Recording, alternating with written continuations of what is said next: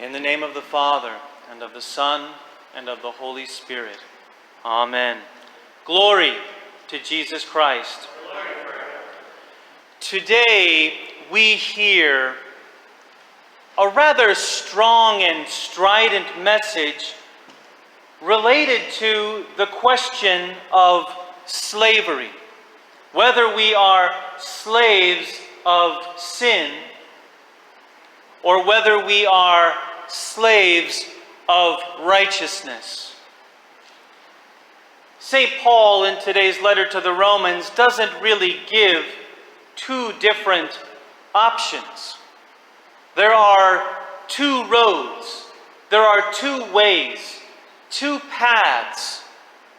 And what is interesting is that both of them involve the submitting of our will to something. To be a slave to sin is to experience when a passion arises, a passion of impatience, a passion of judgment, a passion of emotional turmoil or turbulence. Any kind of passion, anger, lust, greed. When something arises within one's heart, within one's soul, immediately one is presented with an option. The option to follow it or not. So it's very interesting, this question of the will, because there is either darkness or light. And so Paul says, whatever we present our wills to obey, that will ultimately dominate our destiny. It'll dominate the outcome for whatever it is that will come. So if a person gives way to fear, if a person gives way to anger, then that is essentially giving fear control over yourself. Our self in some ways is the sum of our choices. And our choices are the result of which way we incline this thing called will. What is the will? The power to choose. The power to choose.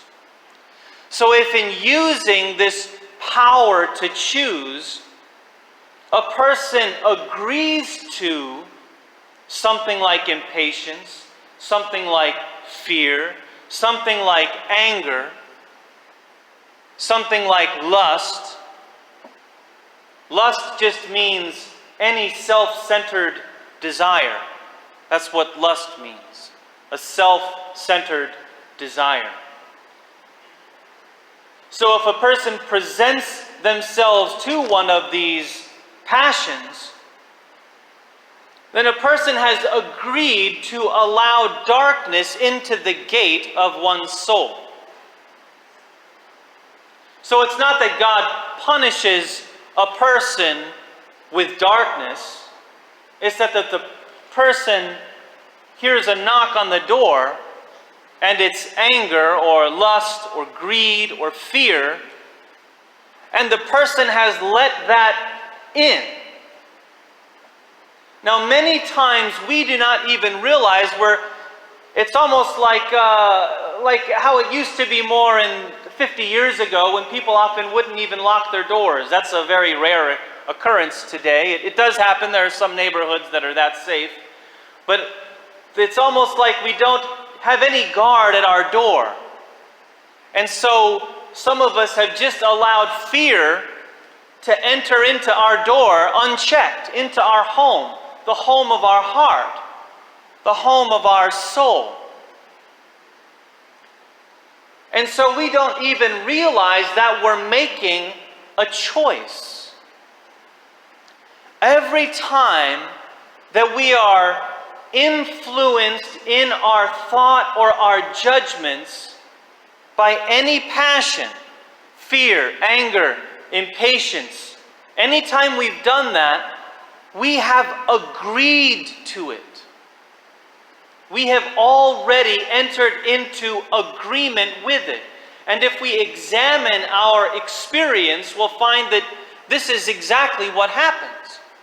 There was a moment that we didn't notice, but that registered on some level where we agreed to fear, where we agreed to anger, where we agreed to division, where we agreed to impatience. And so when we enter into agreement with that, we become slaves of that passion. Then that passion can just twist and turn us whichever way it wants. And imagine what happens. We don't have to imagine, we can remember what happens. A time where we've been filled with anger. It's like we're beside ourselves. Or we're filled with fear. It's like we're beside ourselves. We're paralyzed. And yet we're driven by these passions. This inner turbulence. So when Paul talks about this slavery to sin, this is what he's talking about. We so often regularly mistake sin with a mistake in action. We think, oh, I yelled at that person, I shouldn't have yelled at them, I sinned. But that was just the most outermost part of the sin.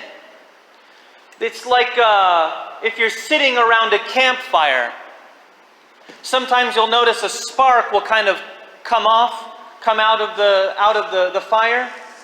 Has anyone ever noticed that? That little spark would be like the sinful action, would be like the losing the temper, the cutting off that sometimes people do when they're angry. That would just be that little spark.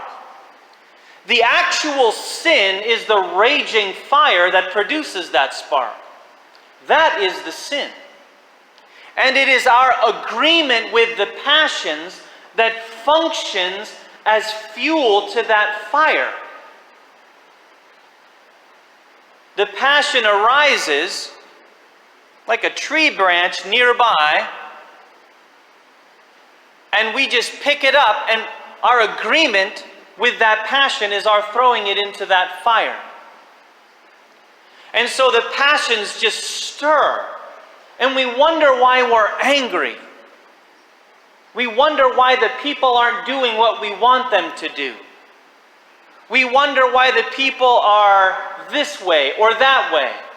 Or we wonder why we're always afraid. Or we wonder why we're always impatient. And it's this place of agreement that we've entered into with the passion.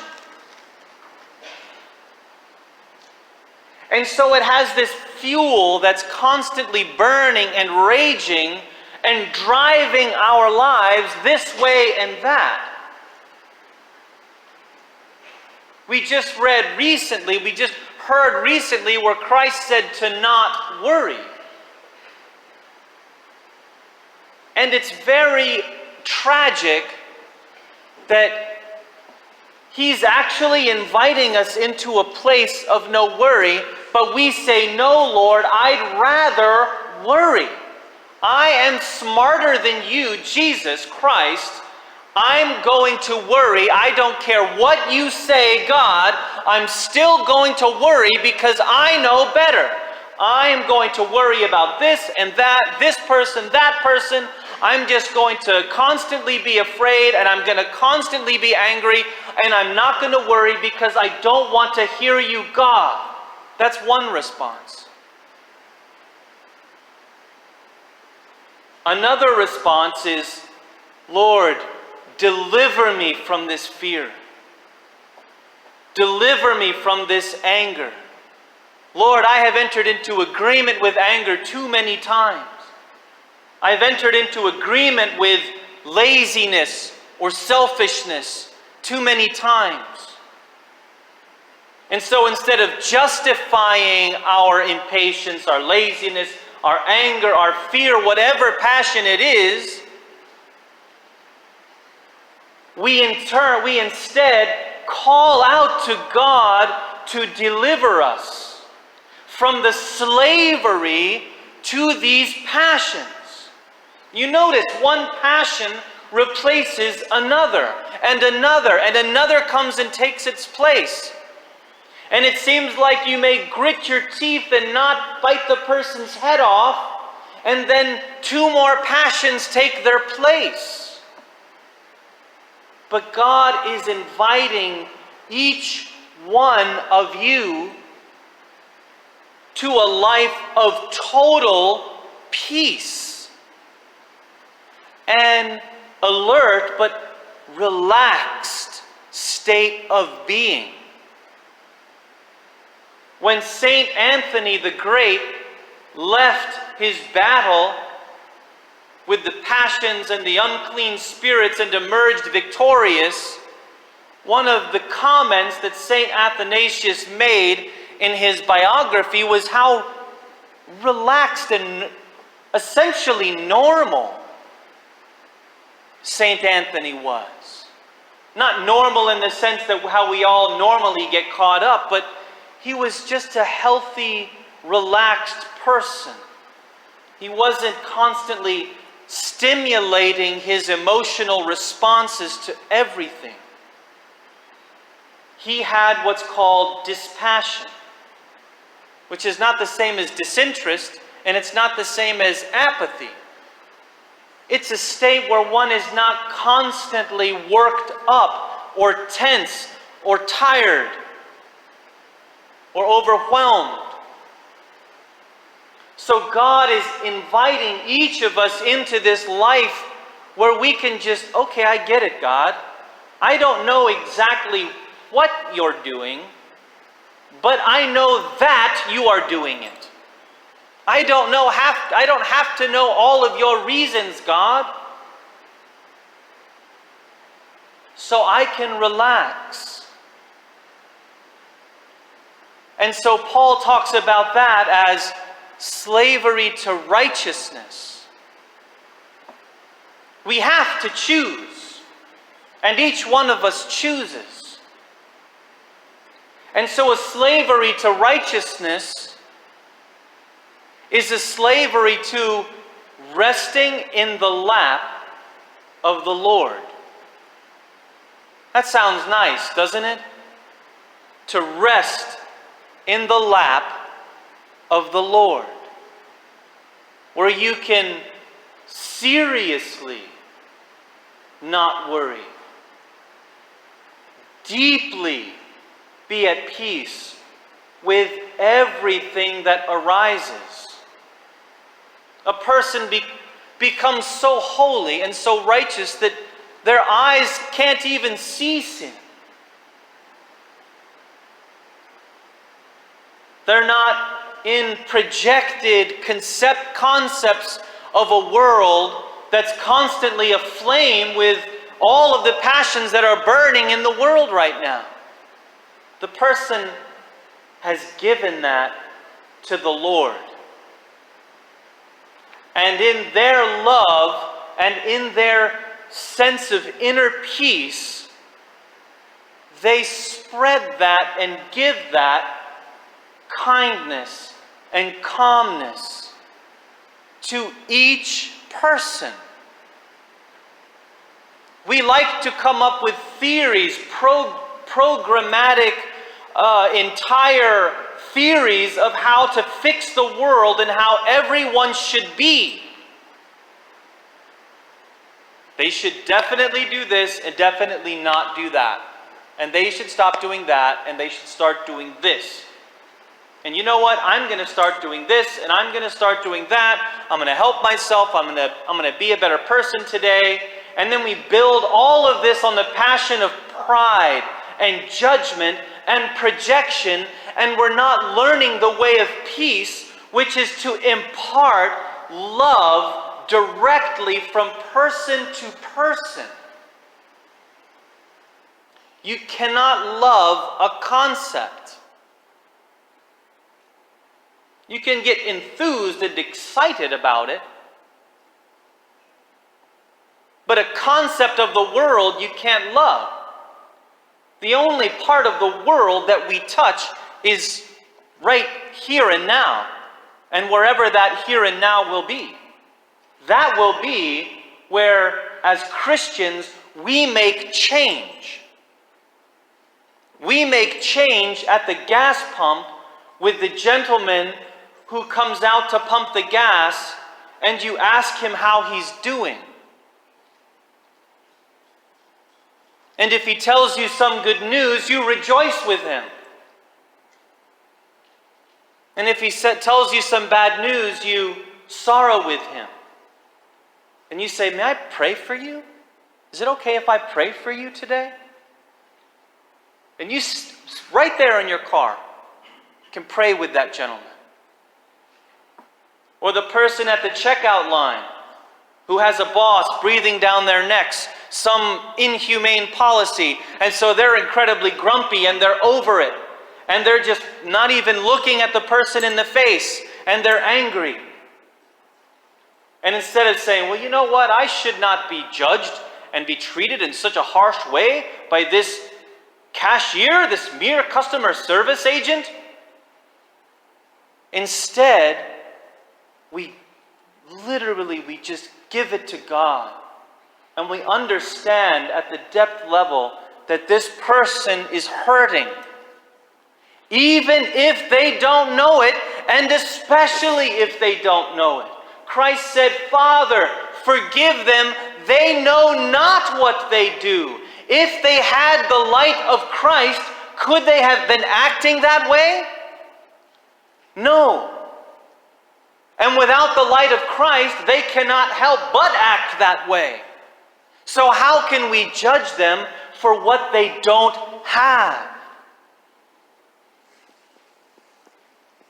And so as slaves of righteousness, we present our will to God, saying, Lord, Father, not my will, but thy will be done. Not my will, but thy will be done. It's like, for us, it should be like a broken record in our mind. Every step, not my will, with the left foot, but thy will be done with the right foot. Not my will with the left foot, but thy will be done with the right foot. And so we walk through the world practicing each moment surrender to the only God who saves. And we let go of our fixation and our grasp of this constant mental projection of the passions. It's like our person is like a screen. And the passions just have this light show of fire and lust and all of this noise and sound and fury. Was it Shakespeare who said that signifies nothing? It points to nothing but just phantasms in the mind, and yet our life has this constant projection on it. And we lose sight of the screen because we're looking at the images that are playing on the screen. You can play with this while you're watching TV. You'll notice you're watching the images, but you're not watching the screen itself.